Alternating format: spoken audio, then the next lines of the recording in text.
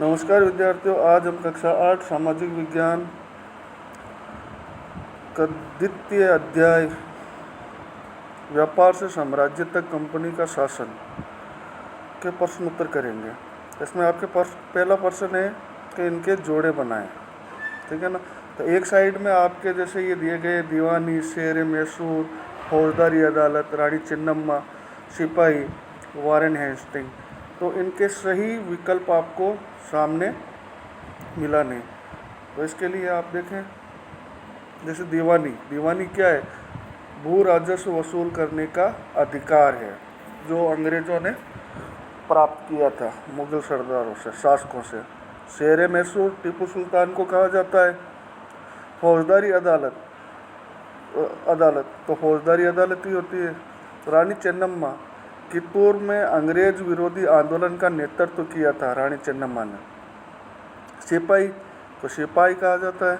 Warren Hasting Bharat का पहला governor general था। फिर आगे देखिए, खालिस्तान भरने आपको बंगाल पर अंग्रेजों की जीत की जंग से शुरू हुई थी। खाली जगह क्या है? पलासी का युद्ध हुआ था, उसके बाद में ही अंग्रेजों की जीत शुरू हो गई थी। हैदर अली और टीपू सुल्तान कहाँ के शासक थे? मैसूर के। डलहौजी ने विलय नीति का सिद्धांत दिया था। किस नीति का? विलय नीति का। फिर अगला है आपके मराठा रियासतें मुख्य रूप से भारत के किस साइड में? दक्षिण भाग में स्थित है। फिर आपको सही और गलत बताना है। मुगल साम्राज्य 18वीं सदी में मजबूत होता गया। गलत। औरंगजेब, मुगल बादशाहों में औरंगजेब जो अंतिम शक्तिशाली शासक था, उसके बाद में जितने भी शासक हुए हैं वो कमज़ोर ही थे। तो 18वीं सदी के बाद में मुगल साम्राज्य है वो कमज़ोर होता चला गया, ना कि मजबूत। अगला देखो, ईस्ट इंडिया कंपनी भारत के साथ व्यापार करने वाली एकमात्र यूरोपीय कंपनी थी। गलत। उसके अलावा भी बहुत सारी कंपनियां थी। महाराजा रणजीत सिंह पंजाब के राजा थे। सही है, ये पंजाब के ही राजा थे। अंग्रेजों ने अपने कब्जे वाले इलाके में कोई शासकीय बदलाव नहीं किए। गलत। अंग्रेजों ने अपने कब्जे वाले इलाके में बहुत सारे शासकीय बदलाव किए थे। उन्होंने उन स्थानों को अपने अकॉर्डिंग डाला था। और चौथा प्रश्न आता है आपके, यूरोपीय व्यापारिक कंपनियां भारत की तरफ क्यों आकर्षित हो रही थी? तो इसके कुछ इम्पोर्टेंट दिए गए हैं कि यूरोपीय कंपनियां भारत की तरफ आकर्षित होने के निम्नलिखित कारण थे। सबसे पहला, यूरोपीय कंपनियों ने भारत के साथ व्यापार में अपार संभावनाएं देखी। ठीक है ना, क्योंकि भारत में बहुत सारी अच्छी चीज़ें का उत्पाद होता था। यूरोपीय देशों में भारत की अनेक वस्तुओं की भारी मांगे थी, जैसे कपास की, रेशम की, काली मिर्च की, लौंग की, इलायची की और दालचीनी की, और भी बहुत सारी चीज़ें थी जो भारत में कम कीमत पर सामान की खरीदकर वापस यूरोप जाकर ऊंची कीमतों में बेच सकते थे। इन्हीं व्यापारिक संभावना के कारण यूरोपीय कंपनियां भारत की तरफ आकर्षित हो रही थी।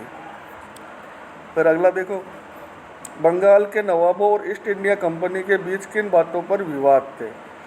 तो कुछ है इसमें, निम्न कारण थे। सबसे पहला था, नवाब ने कंपनी को छूट देने से मना कर दिया था। कंपनी छूट चाहती थी मगर नवाबों ने वो छूट कंपनी को नहीं दी। दूसरा देखो, नवाबों ने कंपनी को व्यापारिक अधिकार देने के लिए बहुत अधिक धनराशि की मांग की।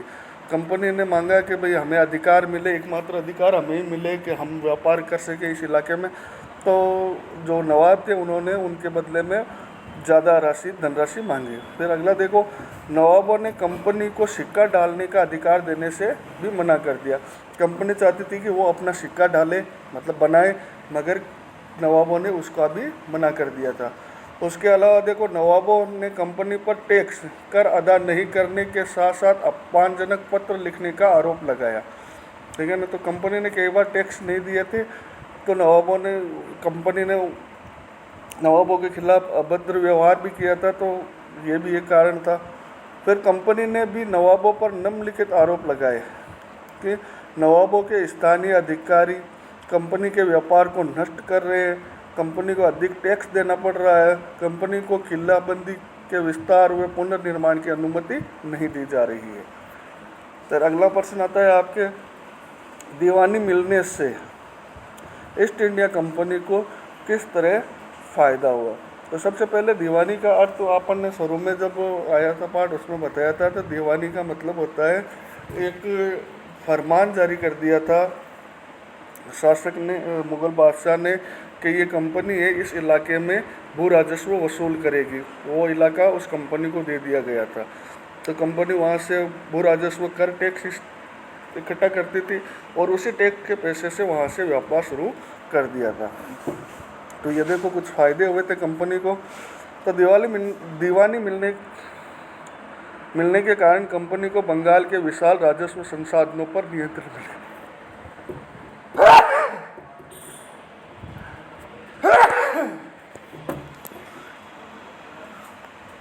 दीवानी मिलने के कारण कंपनी को बंगाल के विशाल राजस्व संसाधनों पर नियंत्रण मिल गया। कंपनी भारत से ज़्यादातर वस्तुएं ब्रिटेन से लाए गए सोने चांदी के बदले खरीदती थी, लेकिन अब उसे ब्रिटेन से सोना चांदी लाने की आवश्यकता नहीं रही, क्योंकि वो वहीं से टैक्स के रूप में सोना चांदी वसूल करती थी और उसी सोने चांदी से वो दूसरे सामान खरीद लेती थी। अब कंपनी भारत से होने वाले लाभ से अपने खर्च चला सकती थी, जैसे सूती रेशमी कपड़ा खरीदना, अपनी सेना के खर्चे की पूर्ति करना और कलकत्ता के किले और दफ्तरों के निर्माण का खर्च उठाना आदि। अगला देखो, east India company Tipu Sultan को खतरा क्यों मानती थी। तो टीपू सुल्तान को खतरा मानने के बहुत सारे कारण थे। सबसे पहला था मालाबार तट पर होने वाले व्यापार मैसूर रियासत के नियंत्रण में था, जहाँ से कंपनी काली मिर्च इलायची खरीदती थी। तो टीपू सुल्तान ने अपनी रियासत के बंदरगाहों से होने वाले निर्यात पर रोक लगाती थी, सबसे पहला कारण।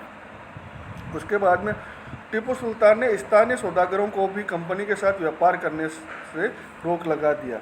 जो भारतीय सौदागर थे तो उनको भी टीपू सुल्तान ने मना कर दिया कि आप कंपनी के साथ किसी भी प्रकार की सौदेबाजी नहीं करेंगे।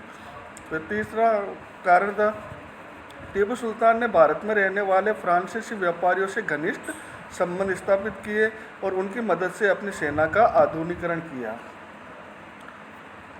फिर अगला देखो, सब्सिडियर अलायंस सहायक संधि व्यवस्था की व्याख्या करें, आपको बताना है।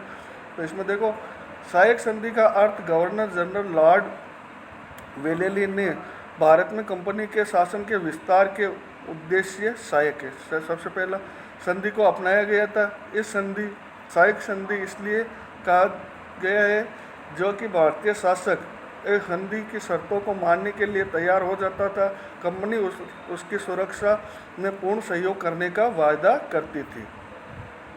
तो संधि की कुछ शर्तें थी सहायक संधि की जो निम्न है। भारतीय शासक को अपनी स्वतंत्र सेना रखने की इजाज़त नहीं थी। जो भी सहायक संधि करता था, जो भी राजा, तो उसको फिर अपनी सेना रखने की इजाज़त नहीं थी। जिन शासकों की सुरक्षा का भार कंपनी पर होगा वे इसके लिए कंपनी को शुल्क प्रदान करेंगे। ठीक है ना, मतलब पैसा देना पड़ेगा। शुल्क नहीं देने की स्थिति में कंपनी दंड के रूप में शुल्क के बराबर राजस्व वाला क्षेत्र शासक से छीन लेगी। अगर वो शुल्क नहीं देता है तो जितने एरिया में राजस्व मिलता है उस शुल्क के बराबर तो वो एरिया कंपनी अपने अधीन कर लेगी। शासक को अपने दरबार में एक अंग्रेज रेजिडेंट रखना होगा जो शासक की गतिविधियों पर नज़र रखेगा। फिर अगला प्रश्न आता है आपके, कंपनी का शासन भारतीय राजाओं के शासन से किस तरह अलग था। तो देखो क्या अंतर था भारतीय शासक राजाओं और कंपनी के शासन में। सबसे पहला, भारतीय राजाओं ने अपने राज्य का प्रशासनिक तथा राजस्व विभाजन विभिन्न इकाइयों में कर रखा था, परंतु ये इकाइयाँ ब्रिटिश प्रशासनिक एवं राजस्व इकाइयों की तरह प्रभावी नहीं थी। कंपनी ने प्रेसिडेंसी के रूप में एक नई प्रशासनिक इकाई बनाई थी जिसका शासन गवर्नर के पास होता था। फिर अगला दिन, कंपनी द्वारा पुलिस तथा राजस्व व्यवस्था में काफ़ी सुधार किया गया था, जबकि भारतीय शासकों द्वारा पुलिस तथा राजस्व व्यवस्था को सुधारने के लिए किसी भी प्रकार का प्रयास नहीं किया गया। फिर आगे देखो, भारतीय राजाओं के शासन में न्यायिक व्यवस्था प्रभावी नहीं थी। एक ही तरह की अदालत दीवानी तथा फौजदारी दोनों तरह के मुकदमे की सुनवाई करती थी, जबकि अंग्रेजों ने एक आधुनिक एवं विकसित न्यायिक व्यवस्था स्थापित की थी। प्रत्येक जिले में अलग अलग दीवानी व फौजदारी अदालतें स्थापित की गई। तो 10वां प्रश्न देखो, कंपनी की सेना की संरचना में आए बदलाव का वर्णन करें।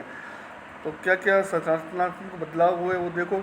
सबसे पहला, कंपनी ने पैदल और घुड़सवार सिपाहियों की जगह पेशेवर सैनिकों की भर्ती की। ठीक है। फिर दूसरा, कंपनी ने सैनिकों को यूरोपीय शैली में नई युद्ध तकनीक से प्रशिक्षित किया। फिर अगला देखो, कंपनी ने अपने सैनिकों को आधुनिक हथियार जैसे मस्केट तथा मैचलॉक आदि से लैस किया। ये बंदूकों के नाम है बेटा। फिर आगे कंपनी ने सेना में यूरोपीय सैनिकों की संख्या बढ़ा दी तथा सेना के महत्वपूर्ण स्थान जैसे तोपखाना, टैंक इत्यादि पर यूरोपीय सैनिकों को नियुक्त किया, क्योंकि उनको विश्वास नहीं था भारतीयों पर ज़्यादा। सेना में यह भावना जगाई कि उनका कोई धर्म जाति नहीं है, वह केवल सैनिक है। ब्रिटिश साम्राज्य के प्रति वफादारी रखना उनका कर्तव्य है। फिर अगला सवाल, बंगाल में अंग्रेज़ों की जीत के बाद कलकत्ता एक छोटे से गांव से बड़े शहर में तब्दील हो गया। औपनिवेशिक काल के दौरान शहर के यूरोपीय और भारतीय निवासियों की संस्कृति, शिल्प और जीवन के बारे में पता लगाइए। तो देखो, औपनिवेशिक काल के दौरान शहर के यूरोपीय और भारतीय निवासियों की संस्कृति, शिल्प और जीवन में निम्नलिखित बदलाव आए। क्या क्या बदलाव है देख लो। सबसे पहला, औपनिवेशिक काल। औपनिवेशिक काल का मतलब होता है बेटा, जैसे कि कोई देश किसी दूसरे देश पर सैनिक दबाव से अपना कब्जा कर ले और उस देश के कानून जो देश अधीन हुआ है उस पर लागू हो, तो वो औपनिवेशिक काल कहलाता है। तो औपनिवेशिक काल में कलकत्ता एक प्रशासनिक केंद्र बन गया था। यूरोपीय लोग उच्च स्तरीय सुविधाओं से पूर्ण क्षेत्र में रहते थे, जबकि भारतीय लोग अनियोजित, सघन व सुविधाहीन क्षेत्रों में रहने को मजबूर थे। ठीक है ना। फिर अगला था, कलकत्ता का विकास भारत के प्रमुख सांस्कृतिक रंगमंच केंद्र के रूप में हुआ था। नाटक, सामूहिक रंगमंच, भारतीय शास्त्रीय संगीत, धार्मिक तथा सांस्कृतिक उत्सवों आदि में लोग उत्साहपूर्वक भाग लेते थे। औपनिवेशिक शासन के दौरान कलकत्ता कई शानदार इमारतों का साक्षी बना। इसमें मिस्री, रोमन, प्राच्य तथा भारतीय मुस्लिम कलाकृतियों का उपयोग किया गया। भारतीय संग्रहालय, विक्टोरिया मेमोरियल इत्यादि इसके कुछ उदाहरण हैं। फिर अगला प्रश्न आता है, निम्नलिखित में से किसी एक के बारे में तस्वीरें, कहानियाँ, कविताएं और जानकारियाँ इकट्ठा करें। जैसे झांसी की रानी, महादी सिंधिया, हैदर अली, महाराजा रणजीत सिंह, लॉर्ड डलहौजी या आपके इलाके का कोई पुराना शासक। तो अपन महाराजा रणजीत सिंह के बारे में देखते हैं कि महाराजा रणजीत सिंह का जन्म पंजाब के राज परिवार में हुआ था। उन्हें 1801 में पंजाब का महाराजा घोषित किया गया। वे एक महान शासक थे। उन्होंने अपनी प्रजा को अभिव्यक्ति एवं उपासना की स्वतंत्रता दे रखी थी। उन्होंने सभी धर्मों का सदैव सम्मान किया। ठीक है। तो ये सभी धर्मों को सम्मान देने वाले शासक थे। और भी आप जैसे झांसी की रानी के बारे में लिख सकते हो, पढ़ते ही आ रहे हो। किसी के जिसके भी बारे में आप लिखना चाहते हो आप लिख सकते हो। ठीक है। इसी के साथ अपने इस पाठ के प्रश्न उत्तर समाप्त होते हैं।